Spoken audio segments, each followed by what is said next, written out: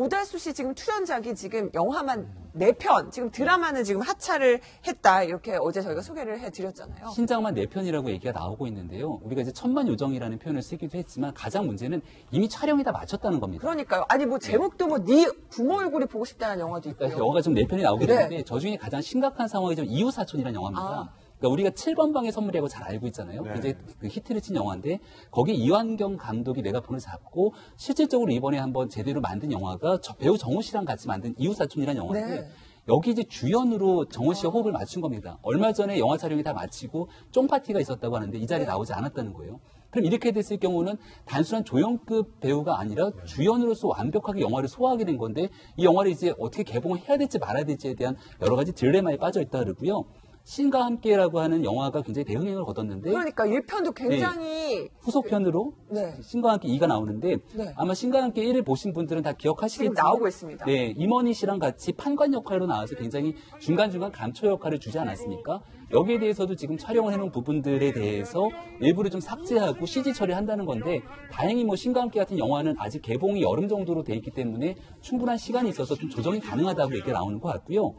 TVN 같은 경우는 나의 아저씨라고 하는 드라마에서 이제 하차하게 되면서 대체 배우가 투입되기도 하는 부분들이 있는 건데 여기에 대해서 이제 가장 우려되는 부분들은 괜히 이러한 그 성추행 가해자로 지목된 배우 때문에 같이 영화에 대해서 온 헌신을 기울였던 또 다른 배우들과 제작진들이 피해를 입는 건 아닌가라는 생각이 드는 거고요. 이게 단순하게 오달수 씨에만 국한된 게 아니라 조지현 씨 같은 경우도 이비투를 통해 갖고서는 굉장히 큰 화제가 된 바 있지 않습니까? 네. TVN에 있는 크로스라는 드라마에서 원래는 이제 이게 16회 정도에서 사망하는 정도로 하차하게 돼 있는 건데 이슈가 터지다 보니까 급격하게 시나리오를 수정하게 되면서 12회 정도에서 하차하게 되니까 대본이 누더기가 됐다. 뭐 이런 평가가 나오기도 하는 거거든요. 정말 문학계 인사들은 머리가 아플 것 같습니다. 근데 제가 마지막 드리고 싶은 얘기는 이런 상황이기 때문에 대한민국에서 주요한 역할을 하고 있던 대배우들이 일으켰던 물란한 행동들에 대해서도 야 이게 자칫 잘못하면 우리 모두가 공멸할 수 있으니까 라고 하면서 쉬쉬갔던 것이 아닌가라는 생각이 들거든요. 여기에 대해서 분명한 피해가 있을지언정 대한민국 사회의 잘못된 문화를 뿌리 뽑기 위해서는 어느 정도 희생을 감수할 수밖에 없는 상황인 것 같습니다. 맞습니다. 이 기사를 보면서 있는 현상이기 때문에 보도한 거로 이해가 돼요. 그리고 당연히 기사로서 가치는 있는데 얼핏 보면 그래서 어쩌라고 뭐 이런 느낌이 들어요. 그래서 오달수 출연 신작만 4편, 지역 축제에도 불똥. 그래서 그러면은 그럼 오달수 씨에 대해서 뭔가 뭐 이해를 좀 구하라는 건지 그런 취지의 기사가 아닌 것 같아요. 물론 그런 게 아닌데 그러니까 전반적으로 봤을 때 그런 이런 저런 현상을 얘기하면서 문제가 되는 건 확실히 문제가 되기 때문에 뭐 제 일이 아니다 그렇게 해서 얘기한다고 그렇게 지적하실 수도 있겠지만 확실히 문제가 되는 사람에 있어서는 이번 기회에 확실하게 뭔가 보여주지 않으면 다시 재발하고 또 시간이 지나면 다시 또 같은 일이 벌어지기 때문에 제대로 보여줘야 된다는 생각에서 드리는 말씀입니다. 네, 그렇게도 보실 수 있을 것 같다는 생각이 드는데 보면 지금 양재민 변호사가 한국 엔터테인먼트 법학회지 위원이시잖아요. 보면은 연예 콘텐츠 관련돼서도 많이 지금 보면은 저 연구하고 본 것으로 알고 있는데 오달수 씨가 왜 사과가 늦어졌을까 이런 얘기들을 하다가 또 일각에서는 그런 얘기들을 하더군요.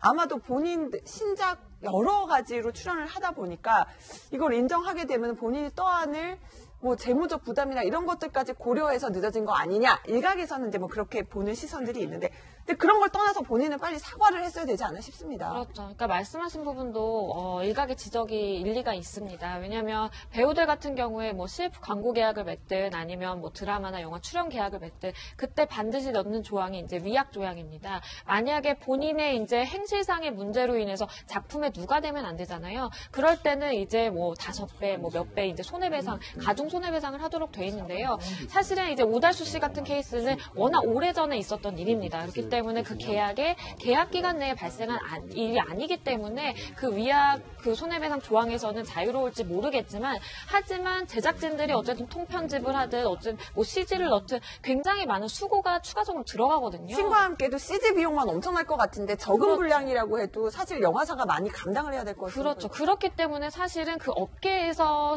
그 오달수 씨라든지 이런 배우들이 미치는 손해가 굉장히 크고요. 그거에 대해서 사실은 손해배상 책임을 떠안을 수도 있기 있게 되기 때문에 그런 부분에 있어서 좀 저울질을 한 거 아닌가. 그러니까 사과를 하기 전에 저울질을 하고 내가 실질적으로 떠안아야 되는 부분과 어떤 손해에 대해서 저울질을 하다가 입장 표명한 걸로 보이고요. 그리고 또 한 가지는 이제 워낙 오래된 일들이 이제 미투를 통해서 이제 나오게 되잖아요. 이게 실질적으로 형사처벌을 내가 받지 않아도 된다는 거를 미리 알고 그렇기 때문에 어떠한 적정 수위를 정하고서는 사과문을 발표한 거 아닌가라는 사실 지적도 있어서 배우들은 만약에 이런 충문에 휘말리게 된다면 그런 부분, 금전적인 부분이라든지 내가 실질적으로 형사처벌을 받는지 여부와 관계없이 좀 진심 어린 사과를 하는 게 필요해 보입니다.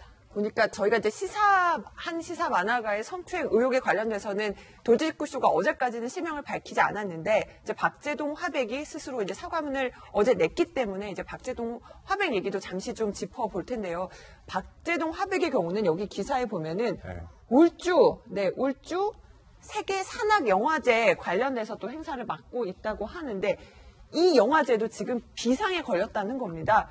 결국은 얼마나 이제 순천 지역 위원장이시죠. 우리 서화번 의원님 보면은 이렇게 지역 행사에 영화제나 이런 것들이 있으면 유명 인사가 와서 이걸 맡으면은 굉장히 띄우기도 좋은데 지금 울주군 같은 경우도 굉장히 난처한 상황. 실제로 이제 박재동 화백의 명성이 익히며 다 알려져 있고요. 또 이제 울주군 사실 영동 지역에 네. 그야말로 오지 아닙니까? 지금은 이제 그 대게라든지 여러 가지 지역 홍보를 통해서 많이 올려놨지만은 지역 출신 울주 출신 박재동 화백을 위원장으로 해서 이제 관광지로 또 관광 상품으로 문화 상품으로 이렇게 한번 해보겠다고 하는 시도들이 지금 이제 다 첫 출범도 못하고 네. 막혀버린 거거든요.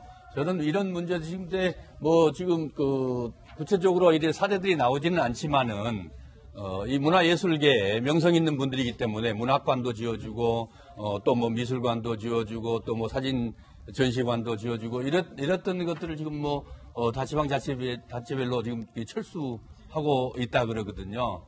아까 우리 김병민 박사 말씀대로 이런 일들이 우리 사회를 한번 다시 재점검하고 가는 그 기회로 분명하게 가야지 그런 것들이 변명에 또 엄청 넘어가는 그런 일들은 없어야 되겠다. 유명인사분들도요. 내가 이 지역을 대표하는 역할까지 맡고 있는데 더 책임감을 갖고 또 행동을 하셔야 될 것 같습니다. 저희가 이제 박재동 화백 하나만 여쭤보면요. 어제 사과 자료를 냈는데 그동안 심려 끼쳐 죄송하다 사과드린다 자수하겠다 그랬는데 네. 지금 한혜종 교수직을 갖고 있는데 그걸 사퇴하겠다는 이야기는 안 하는 것 같아요. 아 그런가요? 제가 그 부분을 좀 확인을 해봐야 될 것 같은데. 그동안 지금 교수직에 있으면서 성추행이나 관련된 이 교수분들은 그걸 자기가 사과를 인정했을 경우 대부분 사퇴했거나 조민기 씨도 사퇴를 한 걸로 돼 있고요. 네. 그래서 대부분 그런 건데 저는 지금 아무리 찾아봐도 사퇴 의사가 밝혀지지 않아서 어떤 생각을 하고 있는지 궁금합니다. 갑자기 여쭤보고 싶습니다. 지금 교수직 사퇴 부분을 말씀하셨어요. 그리고 김우식 교수님 교수님이시기 때문에 네. 더 엄격하게 지금 그럼요. 잣대를 네. 적용하자는 생각이신 걸로 알고 있습니다. 지금 그 상태에서 교수직이 유지가 되겠습니까? 그렇습니다. 이런 가운데 지금 교수직 내려놓겠다, 가해자로 지목되자 얘기한 또 하나의 배우 출신 교수가 있습니다. 한 분의 교수가 있는데 최용민 씨입니다. 아마 이름을 들으면은 조금 어떤 분인가 궁금하실 텐데 얼굴을 보시면 많은 작품에 출연한 모습 기억을 하실 겁니다. 보면은요, 김병민 박사 지금 최용민 씨도 관련해서 지금 교수직을 맡고 있는데 내려놓겠다고. 네네, 맞습니다. 교수직을 내려놓고 어떤 변명도 하지 않겠다. 그리고 당장 이제 학기가 시작되기 때문에 교수직을 사퇴하고 모든 연구 활동을 중단하겠다고 얘기가 나오고 있는데요. 미투에 대한 당사자로 지목이 됐죠. 여기에 대해서 이 대중교통 안에서 일어났던 성추행 과정들이 있고 이외에도 여러 가지 내용들이 폭로가 되고 있는데 사실 여기에 대해서 나오고 있는 내용들을 방송에서 우리가 이 패널에 입을 빌어 설명하기가 굉장히 좀 지저분할 정도의 내용들. 저희가 아침에 회의 중에 이제 어디 수위까지 얘기를 해야 되나 늘 고심에 빠질 정도입니다. 상당한 건데요. 그러니까 일단은 지금 이와 같이 중간에 선제적으로 나서서 내용이 나왔을 때 모든 것들을 다 내려놓겠다라고 하는 분들이 계십니다. 근데 여기에 대해서는 이후로서 내려놓고 난 뒤에 피해자가 어떤 방식의 형사상 조치를 취하는지가 중요한데 그 이후에 이뤄지게 되는 이제 경찰에서의 조사라든지 이런 부분들이 이루어지지 않을까라는 생각이 드는 거고요. 일단은 본인이 갖고 있는 것을 전혀 내려놓지도 않고 침묵으로 일관하는 사람들보다는 그래도 일단은 한 단계 조금 조금 더 나아간 상태라고 보고요. 여기에 대해서 현재까지는 앞서 이제 좀 뭉뚱그려서 우리가 내용들에 대해 사과하는 부분들이 지적한 바가 있는 건데 어디까지가 실질적으로 이분들이 저지른 범죄 행위인지를 우리가 알 수가 없는 겁니다. 그래서 여기에 대해서 가해자로 지목된 사람들이 과거에 있었던 모든 행위들에 대한 반성이 상당히 중요한 대목으로 보입니다.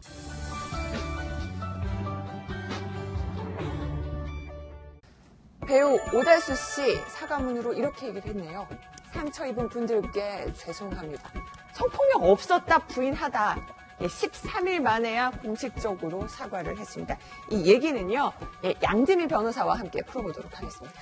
네, 오달수 씨가 입장을 바꿔서 기존 부인하는 입장이었다가 사과를 하게 됐죠. 근데 대중들의 시선은 조금 차갑습니다. 왜냐하면 첫 번째로는 일단은 첫 번째로 부인을 하다가 입장을 바꾼 거잖아요.